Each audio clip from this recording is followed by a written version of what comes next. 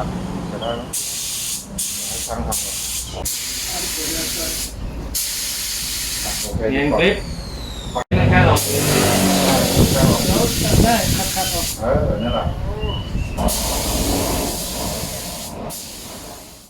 ค่ะหลังจากที่เรานะคะทำการพ่นสีไปแล้วเนาะขั้นตอนนี้นะคะ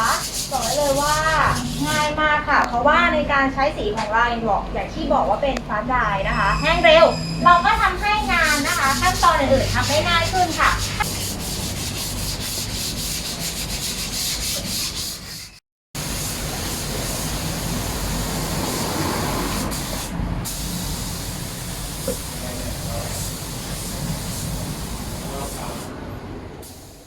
ลองพื้นไปแล้วนะครับก็โอเคนะครับ2 รอบก็เต็มเสี้ยนเลยหรือว่า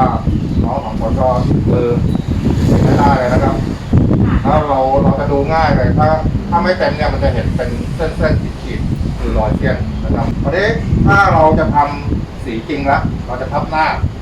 โจทย์ของเราคือสีงาช้างตัวด้านนะครับแต่ก่อนทำด้านเนี่ยเทคนิคของมันก็คือว่าเราทำเงาก่อนเพราะว่าสีเงามันเป็นสีตัวที่ช่วยยึดเกาะได้ดีกว่ามันจะได้งานที่เราต้องการ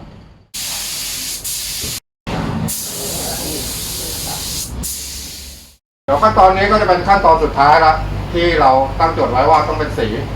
งาช้างสีงาช้างนะครับ ก็คือจะด้านวันนี้เรา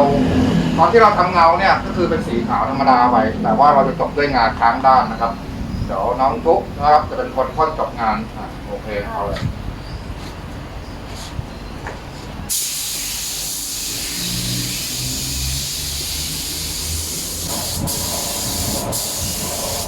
โอเคเดี๋ยวเราปล่อยทิ้งไว้สักพักหนึ่งสีก็จะดับลงนะครับเพราะว่าตอนนี้มันเหมือนว่าเราเพิ่งพ่นใหม่ๆก็เราไม่ได้คงความด้านที่เราต้องการไว้